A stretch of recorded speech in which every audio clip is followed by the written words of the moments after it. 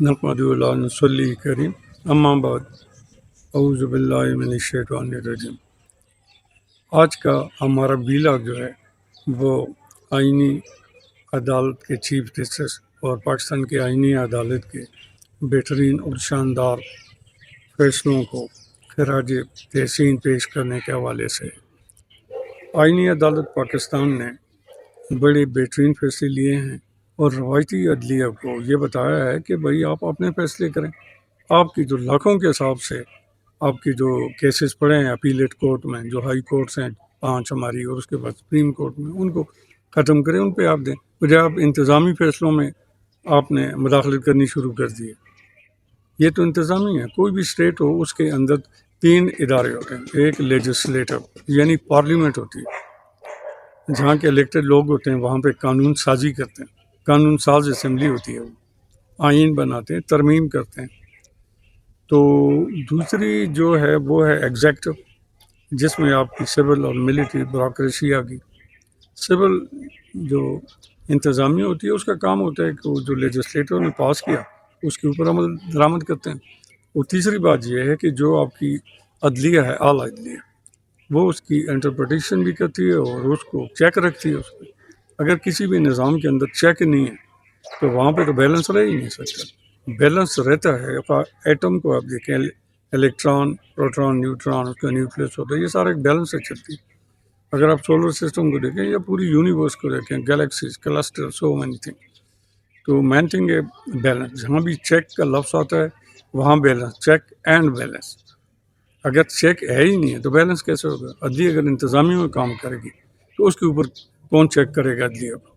تو آئینی عدالت نے ایک بہترین اور اچھا فیصلہ کیا ہے کہ خدا کے بندو، یہ جو ہے ایک چیف جسٹس ریٹائرڈ تھے، میں ان کا نام نہیں لینا چاہتا، ان کے لیے پوری عوام کھڑی ہوئے یہ ہوئے، تو انہوں نے کیا دیے، از خود نوٹس، اندازہ لگائیں کہ ایک خاتون تھی عتیقہ اوڈو، وہ اس کے ساتھ اداکارہ تھی اور اس کی اسپوک پرسن تھی، مرحوم پریزیڈنٹ جنرل مشرف تھی، ٹھیک ہے۔ اس کے ساتھ ان کے جو پرسنل گرج یا جو ڈس لائکنگ تھی، اس پہ انہوں نے از خود نوٹس کے پاس دی، مری بروری کی 10 ہے اس کا، وہ بیچاری 9.5 سال تک یہ بکتی رہی عدالتیں، 9.5 سال تک۔ وہ بھائی 23 جج چینج ہوئے گئے، یہ ایک ڈرامہ بنا ہوا۔ چیف جسٹس نے اس پہ نوٹس نہیں لیا کہ کراچی میں 250 لوگوں کو زندہ جلایا گیا، تو خیر وہ بھی لوگوں کے لیے کھانسی کا باعث بنا۔ پھر اس کے بعد یہ ثاقب نثار صاحب کو دیکھیں، وہ بھی چیف جسٹس ہے، انہوں نے شراب وسکی کی بوتلوں پہ چھاپا مارا، شرجیل میمن بیمار تو اسپتال میں خود گئے 2 کروڑ روپے لگا کے پروٹوکول سارے خرچ۔ بھائی یہ تو ایک حوالدار کا کام ہے پولیس کا۔ ایون اے ایس آئی کو بھی کہیں، وہ کہے گا جی نہیں میں یہ نہیں کرتا کہ میں بوتلوں پہ چھاپے ماروں، جاؤ بوٹے 2-3 آدمی جاؤ تو جا کے دیکھو۔ وہ سپریم کورٹ کے چیف جسٹس خود گئے، وہ چھاپا مارا ہے، بوتل پکڑی ہے، ٹھیک ہے، وہ پھر اس نے ٹیسٹ کے لیے دی، ریزلٹ آیا اس میں جناب علی بلیک لیبل نہیں تھی بلکہ بلیک فارسٹ آنی تھا۔ تو چیف جسٹس کا بھی وہاں پہ کیا پھر رہا اور دوسرے نظام کا بھی کیا رہا، حالانکہ اس میں 200% وسکی ہی ہوگی۔ تو بھائی سپریم کورٹ کی چیف جسٹس اگر اس طرح کے کام کرے تو پھر تو نظام نہیں چلتا۔ یہ تو انتظامیہ کا کام ہے، جیسے میں نے کہا یہ تو جوڈیشری کا کام ہی نہیں۔ یہ تو سول جج بھی کہے ایک آدمی ایسے چو کے آپ دیکھو کیا ہے تو وہ کر لیتا۔ اس کے بعد آپ دیکھیں جگہ بعد دیگری گلزار صاحب جن کا تعلق کراچی سے تھا، ان کے مخالفین یہ کہتے ہیں کہ وہ وہاں پہ پورا پلیٹ 2-4 نہیں پورا فلور مانگ رہے تھے، نیسلا ٹاور میں۔ شاید ایسا نہ ہو، الزام ہو، لیکن بات یہ ہے کہ وہ ان کو کہہ رہے تھے تو انہوں نے ادھر جا کے بیٹھ کے کراچی میں کہ بھائی گرا نیسلا ٹاور، وہ بھائی عمارتیں کیوں گراتے ہیں؟ اس بات پہ حیرانگی آتی ہے۔ انہوں نے عمارت کو گرایا اور کوئی کام ہی نہیں کیا، وہ کرسی ڈال کے بیٹھ گئے۔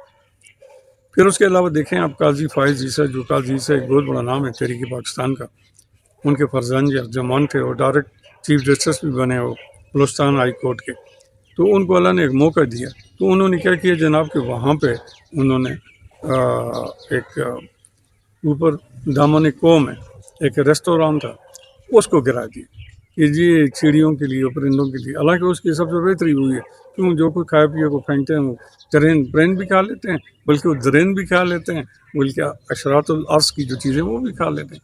لیکن ایک بلڈنگ کو گرانا، اس پہ بڑی آدمی کو غصہ بھی نہیں آتا اور تنقید کرنے کو بھی جی نہیں چاہتا، بلکہ ہنسنے کو جی چاہتا ہے۔ یار لیا کتنا بڑا آدمی، بلڈنگ کراؤ تو کب بند کرو، بس ٹھیک ہے خالی کرو اس کو ادھر میوزیم بنائیں گے، اس میں ہم کچھ اور چیز بنائیں گے، اسٹاک بنا دیں گے، جو خوراک کا کسی جو وائلڈ لائف والے ہیں ان کے دفتر بنا دیں گے۔ یار اتنا بھی نہ کریں کہ لوگوں کو آپ کی فیصلوں پہ آپ کو غصہ آنے کے بجائے ہنسی آئے۔ تو اس حوالے سے ہم آئینی عدالت نے جو فیصلے کیے ہیں بڑے بہترین اور خوش کیے ہیں، بہترین فیصلے کیے ہیں اور پائیدار فیصلے کیے ہیں اور ملک و قوم کے حق میں کیے ہیں۔ اور آئینی عدالت جو ہماری پاکستان ہے وہ بنانے والوں کو بھی ہم خراج تحسین پیش کرتے ہیں، اور جو ان کی چیف جسٹس ہیں ان کو آزاد دفع کرتے ہیں۔ ان کے ان فیصلوں سے عوام کے اندر ایک امید سحر پیدا ہوئی ہے کہ بھائی چلو کوئی عدالت تو ہے کہ اپنے فیصلے ان سے ہوتے نہیں، 40 سال لگ جاتے ہیں، جس فیصلے پہ جرگت 30 منٹ لگاتا ہے۔ اس حوالے سے میں آپ کو ویسے ہی ایک بات کروں کہ ایک دفعہ ہم اس آفیشیل ڈیوٹی پہ الائی گئے، تو الائی میں ہم ادھر گئے اور رات کو ادھر پرنس نواز کا ایک ری براڈ کاسٹ اسٹیشن لگانے کا پروگرام تھا وہاں پہ بنا وغیرہ میں۔ تو ہم گئے وہاں پہ، آقا خان نے ہماری بڑی خدمت کی ہے، وہ تو اور خان آف لائف ہو تو میں اپنے ساتھیوں کو لے کے وہاں دعا کے لیے بھی گیا آقا خان کے پاس۔ واپس ہم رات بنا ریسٹ ہاؤس میں رکے، وہاں پہ ایک آدمی تھا مجھے ملا، تو اس نے میں کیا میں اے سی ہوں، میں ہوں تو نائب تحصیلدار، لیکن مجھے ادھر اے سی لگا کے قائم مقام بیٹھے ہوئے، کیونکہ ادھر کوئی آتے ہی نہیں، ہفتوں میں کوئی نہیں آتا۔ تو اس سے میں باہر نکلا ہوں، ایک آدمی مال مویشی چرا رہا تھا، تو اس سے میں نے پوچھا کہ بھائی یہ کیا بات ہے یار، آپ لوگ ابھی تک خان کے ہی گیٹے گڈوں میں بیٹھے ہوئے، تو یہ عدالت ہے، یہاں اے سی کے پاس آیا کرو، آپ یہ کس سے کرو، یہ ادھر نظام کے ادھر موڑو۔ تو بجائے سسٹم میں کہ اس آدمی نے اپریشیٹ کرنا، وہ ایک گڈریا تھا، یہ مال مویشی سے لانے والا چرواہا تھا۔ میری طرف دیکھا، اس نے کہا جی آپ کے پاس جو گاڑیاں ماڑیاں ادھر رکے ہوئے ہیں، خان کا مہمان ہے، لگتے ہیں مجھے افسر ہیں کو بڑے، لیکن میں آپ سے یہ پوچھتا ہوں آپ کا جواب دینے سے پہلے کہ آپ کی تعلیم کتنی ہے؟ میں حیران ہو گیا کہ آدمی نے مجھ سے فوراً یہ سوال کر دیا۔ میں نے کہا تمہارے خیال میں سب سے بڑی تعلیم کتنی ہے؟ اس نے کہا ہمارے خیال میں یہ 16ویں جماعت جو ہے سب سے بڑی ہے، کیونکہ میں نے بی ایس سی اور 2-3 ڈگریاں کی ہوئی تھی، انجینئرنگ بھی کی تھی، تو میں نے کہا اس کو پشتو میں کہا کہ جو شلم پاس ہیں، میں 20ویں پاس ہوں۔ تو وہ بجائے امپریس ہونے کے اس نے کہا جی آپ نے وقت ضائع کیا ہے، آپ نے اپنا آپ کے والدین نے آپ کو پیسہ خرچ کیا، آپ کو یہ نہیں پتا ابھی تک 20 جماعتیں پڑھ کے کہ پاکستانی عدالتوں کا کیا حال ہے۔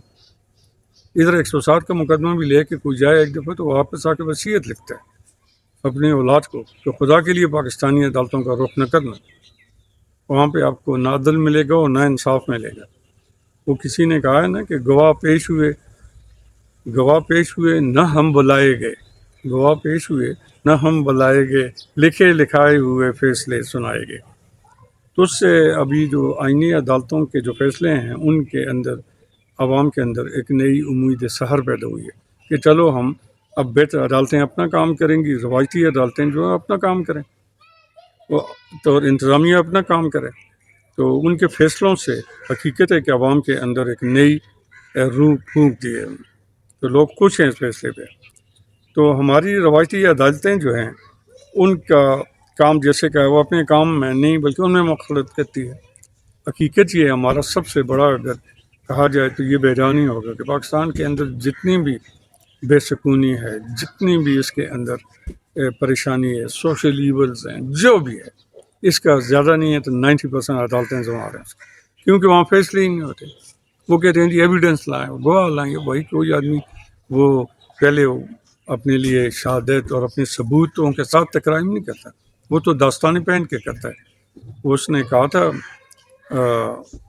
مصطفیٰ زیدی نے میرے خیال میں کہ میں اپنے لہو کس کے ہاتھ تلاش کروں، سارے شعر نے پہنے ہوئے ہیں داستانیں۔ تو سچ تو یہ ہے کہ ہر چار اگر کو چارہ گری سے گریزتا، ہر چار اگر کو چارہ گری سے گریزتا، ورنہ ہمیں جو دکھ سے بہت لادوا نہ تھے۔